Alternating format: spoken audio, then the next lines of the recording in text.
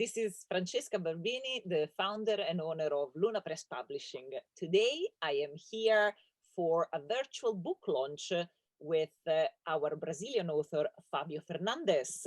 And here is Fabio. Welcome, Fabio. Thank you so much, Francesca. Thank you, everyone. It's a pleasure to be here. It's a huge honor as well to be published again by Luna Press. It will be my second thing, but my first solo effort, right? Absolutely. The first time that Fabio and I got to work together was in fact back in 2016, because Fabio joined the Luna family very early on, and the book in question was The Steampunk Writers Around the World, volume 1. I am extremely grateful for it because of course it brought us Fabio. But today, guys, we are here to talk, of course, about Fabio's release with us, which is his collection called Love and Archaeology. So Fabio, some of the stories have appeared elsewhere before, but some are original. So tell us a little bit about how you put together the collection and what led you to find as the theme love, if you like. Okay. In fact, finding the theme was maybe the easiest thing, because most of my stories are about love in the end. I was always attracted to the idea of love, not exactly the romantic love, but things that you sometimes uh, lose in the process. When you surrender to love very hard, sometimes you lose who you are. And I think sometimes this might be good, but usually not. Usually is not. And so I started to write these stories. This collection features stories since 2008, 2009, and you'll see several, quite a few alternate history stories. I'm a sucker for alternate Yeah. histories, but almost all of them feature love at its core. For instance, the two original stories, the title story, Love and Archaeology, and Seven Horrors, they are a bit science fiction, a bit new weird, I might say. Seven Horrors for me is a new weird story, but they both are very clearly about love, about what you gain and what you lose. And there's also twisted love stories. The Unexpected Geographies of Desire is a horror story. It's not science fiction. It's there are two stories in the collection that are plainly not science fiction. That the Unexpected Geographies of Desire, it's a kind of a story about a urban legend, but features love as well. Yeah. And there's another one, A Lover's Discourse, five fragments and a memory of war. It's one of the stories I cherish the most, but the title is too long, and sometimes I can forget the title. But it's a story about, it's also alternate history. Yeah. I sometimes I like to consider it science fantasy, because it has an element that could be called magic, not Yeah. magical, but I'm not sure. But again, the story starts with a pregnancy. Yeah. I cannot. It's the first sentence. It's not a spoiler, but I won't tell any more about anything else about the story. But you have all the subtleties. There's a kind of a spectrum talking about love, love and hate, the fruits of love, sometimes very concrete fruits, as the pregnancy, but also memory, love and memory. Yeah. Memory is another thing I like, because especially Love and Archaeology, the title story, because Yeah. it deals most with memory of a lost love. And but it's interesting, because these are stories from another time in my life. And I was just talking to my wife the other day about how lately, despite the terrible condition that we are mostly around the world because of COVID-19, and also because of many governments. Fortunately, the Americans got rid of Trump, but neither you in the UK have gotten rid of Boris Johnson, not us got rid of Bolsonaro. So There you I'm go. afraid we are between a rock and a hard place right now. and both hurt, but we make do somehow. And now, despite all of that, I'm very happy. I'm having a very happy life right now with my family and doing the things I love. So I think people are going to receive these stories as a beautiful token of the past. Beautiful, but also hard, and also sometimes a bit sad, but sad just as a memory of something good that is gone. Do you know, actually, it's quite interesting that you say that, because I was thinking, the stories might belong to a certain past in a certain way, but it's nice, you're mentioning the fact that now you are in a good place, in a happy place. And at the same time, you also mentioned that you are working on solar punk, because actually solar punk, it's quite positive and optimistic to an extent, isn't it? So Yes. so how is this transition going? And I'm a journalist by profession, but I almost got an engineering degree. I work in a polytechnical school in my teens, and it was a very good place where I learned to love science, and I still love science. Maybe that's why I'm a science fiction writer mostly, because when I was a child, I loved uh, robotics, and I thought to myself, "Oh, I want to do that." But when I finally got to do that, I don't know. I don't want to do this. I want to write about this. And so I dropped out and I went to theater, to drama school, then to journalism. So this made me very happy. But uh, one of my favorite authors today is King Stanley Robinson, and I think I tend to think pretty much like him. I like to think that he has a mind of an engineer regarding the problem solving right, aspect of yeah, things, and I love this aspect as well. And more I've been feeling attracted to this side of things. Even here in home, oh, okay, how I can fix the shower, how I yeah, can fix this things here. Wow, okay, I want to paint the window. So I don't know how. Okay, I'll look for someone. I will watch a YouTube video for crying out loud and learn how to do it. absolutely. And okay, I right now I tend to think that everything that is under my control I can safely manage. Sometimes it will take me no time at all. Sometimes I'll have to think and to plan ahead. Uh, but and sometimes there are some things in the world that you have no control True. about. Yeah. Every So okay, maybe it helps that I after a long while I returned to Buddhism. Hmm.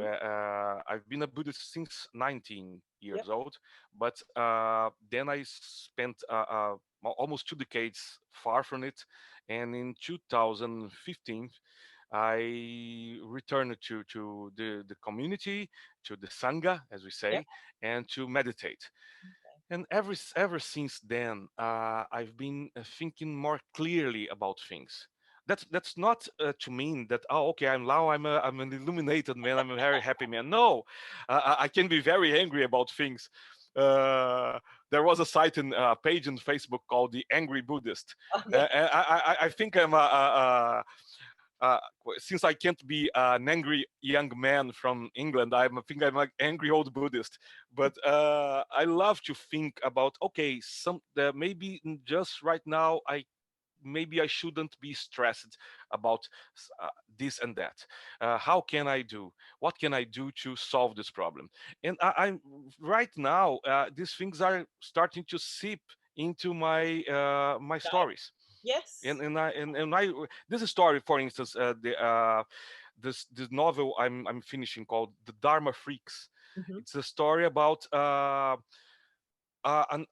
AI who wants to be a Buddhist monk and say, okay, how can we do this? But I'm describing a world, a post-pandemic world, Sure. that is. When I started writing it, didn't have the COVID down, and I put the pandemic into the book. And the story is basically a kind of blueprint. Okay, what the AI can do and what the protagonist, which is a human character, uh, what he can do to solve the AI plight and his own problems. Okay. And I'm having a ball story writing this story because it's a major change from the other stories. Absolutely. So it's going towards the positivity trend that solar punk is bringing in a sense. Yes, yes, exactly. That's good. That's good. Oh no, that's good to know. So it's nice to also talk about the current project and things like this. Because we never really stop. We're another creative No, people. no, no. You don't want to stop. Absolutely not. So also I was thinking. Because obviously, we are having this conversation over a bit of a time zone difference. Because of course, you are in Brazil, I'm here in Scotland, and but both of us are obviously have always been interested in translations, as well as obviously that push of if you like, the science fiction or the speculative fiction coming from different countries and trying to really go cross boundaries. Hmm. That's something that in different times and for different projects, both me and you have done quite a lot. So I was thinking about your past as well as translator. Okay, so I wanted to ask you about Brazilian science fiction, but before that, I wanted to ask you about translation of science fiction into Brazilian, because you've been involved in a lot of this project before, haven't you? So if you can tell me a little bit about the process of translating into your own language science fiction from other languages. How do you remember that time of your life, and what are the things that come to mind whenever you think about it? It's it's a it's been a beautiful road to walk on because I started translating maybe a tad before I started writing. Okay. I started translating informally to a friend's fanzine on 1983, 1984. And right when I left the Polytechnical School, I went into a translation course. I studied for a year. And then right at the end, I managed to get a job at a big publishing house in Brazil. It was 1985, no, 1986. Yeah. And right now I'm going to complete 35 years as a translator. I've been translating less and less for the past few years, but I just did a new translation of Brave New World Oh to wow. Okay. to Okay. to But the because I market. remember some of your early titles were very big as well. Can you tell us a little bit more about your early titles as Yes, well? Yeah. sure. Uh, the in science fiction, I translated Good Omens in Hmm. the turn of the millennium, Yes. and one of my best works at that time. And even in New Gaiman, when he was my instructor on Clarion West in 2013, and he asked me all about this. Oh, and did you enjoy the translate? It was for you? And I was uh, uh, uh, it was so awesome because. I managed to get a permission to something I had never done before. Uh, there was this footnotes written by Sir Terry and Neil, very funny footnotes, and there was three or four situations that I felt I should explain something to the Brazilian readers, and I asked the editors, um, do you mind if I write footnotes in the same fashion, the Yeah. same key of them? And they said, oh no, okay, go ahead. And I did three or four funny footnotes, funny, but at the same time explaining what the thing Sure. was. And it was a blast. I love doing that. Usually you don't get to do this, but they were very kind, very generous Amazing. to let me. And so it wasn't. I was living still in Rio. I'm a carioca. I'm from Rio de Janeiro, Yeah. and I moved here to São Paulo in 2001 to go to 2 decades living here. And when I arrived here, I lived on translation for a while. Then in 2004, I started two big things in my life. I started teaching classes at the university, and I'm still a teacher. I'm still a professor in the university and the Pontifícia Universidade Católica, São Yep. Paulo. First in the games course, in the digital games course, teaching script and world building, and now I'm also teaching at the journalism. It was my first profession, but I'm teaching science modules on science fiction for the cultural journalism discipline. It's very interesting, and talking about my translations a lot as well. And the same time I started teaching at the university, I started translating for Editora Aleph, which is one of the best publishers in the Brazilian market. And that's what when they gave me a Clockwork Orange by Anthony Burgess, and this was my maybe my most famous translation. Sometimes I'm in an before COVID, I was in a convention in Brazil, and people approached me with the book for me to sign it. It was, "Oh, but I'm not the author." No, but you are the translator. Oh, okay. It's if translators deserve credit as well, don't they? Yes, yes, Hard we job. sure It's do a hard deserve. job. It's a very hard job because whenever I get to talk to an author who I translated, they are mostly agree that we should take more credit for the translation. But this in the whole world, this is still a bit fuzzy, because sometimes you are celebrated because you did this major effort of translating someone. In fact, you rewrote the story. We are co-writers. Of course, the idea is not ours, Yes. and it is an honor to translate someone else. But we this is what John Clute likes to call the conversation, the big conversation of science fiction. And every translation is also a kind of conversation. We take the author, the foreign author, foreign in our point of view, by the hand and say, "Oh, okay, let me take you here to talk to us in our language." And it's a beautiful process. When we have time, sometimes we don't have time to translate it as well as we could have. But in Clockwork Orange case, for instance, it's a short text, but it's a very complicated one, and it took me 9 months to translate it. But it was awesome because The language in Clockwork. yes, the Nadsat. Yes, I even studied a bit of Russian Yeah. to start understanding the root of the language, and it was awesome because I got to learn about rhyming slang, which I didn't know, and I was very some of the rhyming slangs used by Burgess. I thought to myself, oh, he's making that up. It's not possible. Then the other day, it was last year, I was watching Peaky Blinders, which Yeah. is a series I love, Yeah. and here it is. They were talking exactly the same things. Oh, okay, this is it. Awesome, and I got myself laughing at the screens. Okay, I'm very happy now. But this is the thing. When I'm translating, I usually stop writing my things because I must concentrate. I must plunge deeply in the author's point of view. I like to use Jorge Luis Borges' metaphor of Pierre Menard, author of the Quixote, and say I become the author for a few months. I must do so because otherwise, what's the point?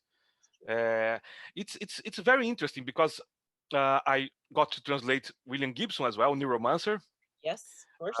and it was awesome because I had to start thinking as I think William Gibson's thought. I never met him in person, but sometimes I still in a sense of wonder because of I something I never got to talk to him about how the first sentence, "the sky above the port," is a haiku. Oh, You can read it as a haiku, and I this was a huge fight I had with the publishers because I had to drop one of the words of the original sentence, because the sky above the port was the color of a TV tuned to that channel. And tuned is a very small word in English, but in Portuguese, you have to say sintonizado. Four syllables. It's huge. In Italian as well. Absolutely. Oh, okay. And so I told them, okay, I'm dropping this word. And they don't. No, you can't. You can't. You have to be faithful. But I'm being faithful. I'm being faithful to the sonority of the Sure. world. Yeah. Of the word. I read parts of this translation all the while I was doing it, and say we must preserve it. And we have a kind of impasse, because in the first edition, they put back the world without consulting me. After that, they thought it a little more. They say, okay, we are sorry, we did it wrong. So all the subsequent editions have my sentence. Okay, that's fine. No, because this is the Moby Dick of science fiction. It is. It is. Call Me Ishmael is apparently simple, but it's not that simple. Absolutely. And we have 3 or 4 different translations of Moby Dick right now in Portuguese, and all of them translated differently. Yes. The first sentence. I mean, you and see sorry, I was going to say, you see that with humor, for example. Humor is also one of the hardest things to translate. As an Italian living in a foreign country, I think humor was the last thing I was able to eventually grasp a little bit, because, and even then, the things that are funny into my culture, into your culture, may not mean anything, because humor does rely on culture all around as well. So I can only imagine, that kind of translation. You find yourself really, you have to make a point, and it's true, because you understand your audience and your language, don't you? So that makes a big difference. There's quite an interesting thing right now, because I have my second novel in Portuguese. Yeah. It's called. It has an English title. It's called Back in the USSR, and there's it's a romp featuring John Lennon and the Frankenstein monster. And I was a finalist for the Prêmio Jabuti, which is our biggest literary prize in Brazil. I was one of the 10 finalists, but I didn't make the final cut. Ew. But no, even so, I got an American publisher got interested in the story and told me, "Oh, can you translate it for us, please?" Okay, but here's the thing: I'm doing the translation right now. But the humor, all the puns are in Portuguese. There's lots of puns in this book. I got a bit Terry Pratchett in this book, and it's been a kind of a hell to translate it, because I would like to preserve the humor, but I'm not sure if the American or English audiences will get it. So I have to. I'm starting to change a bit of things. I think that the story, the core of the story, won't be changed, of course, and I still want to preserve the humor, but those particular puns, you have to go, and I will have to replace them with something else. I don't know what. Those are the problems of the translators. Seriously, though, I mean, they seem little, but they're actually very important, aren't they? They're huge. They're huge. Yes. And so since we've been talking about, obviously, work in translations, etc. Obviously, like I said, Luna Press is very interested in try and bring as much speculative fiction from other country to the fore. And this year in particular, your book, which will come out at the end of March, Love and Archaeology, is coming out also with an anthology of Greek science fiction, which is translated from the Greek into the English, into the Italian, and to Japanese. So, we're working very hard to try and really bring a different flair, because the culture that comes with the story is so different. So since I've got you here, obviously, I am really keen to find out more about the Brazilian science fiction scene, so where are we at? What do you think? Oh, we are at a very good place right now, because as I was telling you, there's a kind of a theory that when you are in dark times, the brightest young things appear.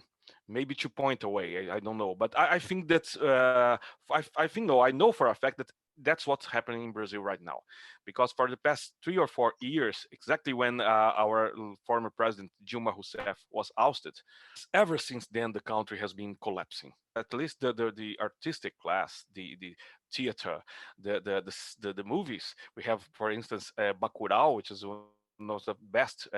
I think with Parasite, is one of it's up there with Parasite, in the fact that it was one of the most necessary movies right now about the condition of Brazilian people, of the poor people in particular. And I think we are doing the same thing in science fiction. For instance, we were talking about novellas, Yeah. right? The Greek collection, Greek anthology, and I've been working with Francesco See, Verso as Francesco well. Verso, absolutely. Uh, Another I good had I had yes, and yeah, yes, absolutely owner of Teacher Fiction in Rome. Yeah, absolutely. Yeah. exactly, and an awesome editor and a very good friend of mine right now. In 2016, I had a small ebook collection published with him called Limitatore, and after that we started to work together in a few projects. One of them was the first solar punk anthology in Italy, and I presented two new authors to the international market, which who was Ana Rushi and Renan Bernardo. These are two of the brightest young authors right now. Ana was had and also a novella as a finalist of the Premio Jabuti with me. Okay. Her novella is awesome. It calls the Telepathy Are the Others, Yeah. and it presents it's a kind of biopunk story about telepathy and mushrooms in Chile, Yeah. and it's very interesting. And Renan is from Rio, and is also starting to write solar punk stories. And right now we are together in a project called FutureCon with Francesco. Yes. It's Been a joint. watching some of your broadcasts as well. Very interesting. Yeah. Mhm. Yes, we've been doing this with featuring people from all over the world, and Yes. in Brazil we got there is a in fact FutureCon is a kind of offshoot of Relampeio Festival. Relampeio, which in Portuguese means lightning with in the storm, but it's called also be a bright thing pointing the way. Um, and Relampeio is going to its second edition right now, Okay. and it featured mostly people from Brazil and of kinds of authors, black authors, queer authors, and indigenous authors. And we are having a boom and a bloom of Yes. new authors here. And I could point the way, because not only these initiatives are being very healthy, but they also are following on the footsteps of 2 or 3 magazines. Okay. We have Trasgo magazine. Uh-huh. It is the oldest one. We have 7, 8 years old, this magazine. And after that, we have Mafagafo. Now we have another one called Eita. Eita is an expression like echo in Portuguese, Okay. and it's quite untranslatable. But they did this on purpose, because even though Trasgo and Mafagafo are now starting to have some of these stories translated to English, Eita was born a couple of months ago, already bilingual. Okay. They will translate every story into English as well. And so we have some other authors and like Gianna Bianchi. She's also in these initiatives and with us on FutureCon. And we have other authors which are not here, not with us this, but they are also blooming around. We have now Clara Madrigano. She's publishing a lot in the Dark magazine on Clark's World as well, mostly dark fantasy, horror stories, and so we have right now. I dare say that we have mostly female authors, and black authors, and they are I think they are the majority right now, and that's awesome because until my generation, we had usually had only white cis het authors, and that wasn't that was too much. I think even going against the grain, I think. I stopped reading most of these authors a while ago, and even though I have lots of white authors behind me, I found out that I was reading for this past couple of years mostly female authors from the United States, from Europe, and I think there are more interesting narratives. And I'm trying to quote from memory Dario Fo, Okay. which is one of my favorite playwrights in the world. And he, one of his plays, he finished it with telling of the condition of women. We all have a story to tell. Yes. That's what the last sentence of the play was. We all, it was a woman telling about the plight of women. Say, we all have a story to tell. Uh, and nobody should be ignored. And I think that Brazil is doing a hell of a job, a very fine job in showing new voices. And I'm in this particular point, I'm very proud of my country. But I think only on the artistic side of the effort. But I'm very proud of what my uh, Yeah. colleagues in literature Well, have been this doing is lately. really good to hear, actually, Fabio. It's really good to hear. This is the kind of news that you want. And actually, we're going to be looking forward to the next FutureCon and the next events that you guys are going to organize with Francesco Verzo as well. So this has been really, really interesting. Actually, I'm so glad we had the chance to meet. Thanks to the Me technology, too. even the miles and the kilometers and the oceans in between. But so originally, Love and Archaeology, which is the latest installment in the Harvester series, was supposed to be launched at EasterCon in Birmingham, which is the British Science Fiction Convention this coming Easter. Unfortunately, we can't have a physical launch. So at the very least, we had a chance to meet and have a proper blather, about this book, and we're all very excited about it. So the book is coming out exactly on the 26th of March. I was looking at the calendar. 26th of March, and the book will be available on the Luna Press website and, of course, on all other channels, the usual customary online channels as well.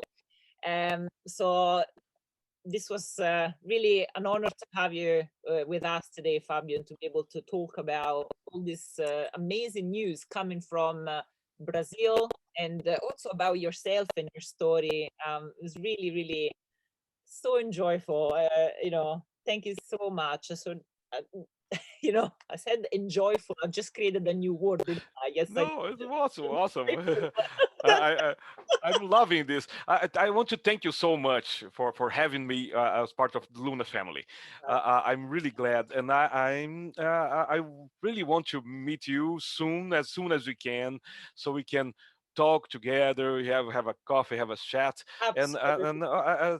we'll certainly have many occasions to meet. Absolutely. Thank you so much. Absolutely. So we're going to say goodbye to you from home or on the go, wherever it is that you're watching us and our virtual launch. Thank you so much for being with us. I hope you get to find the book along the way, either through the store or through your online retailers. And, if you have any questions, any comments, you can post them on the YouTube video underneath. We can answer questions for you. But, thank you so much for being with us today. So this is thank you and goodbye from me and from From me, Fabio. thank Yay. you. Thank you very much, everyone.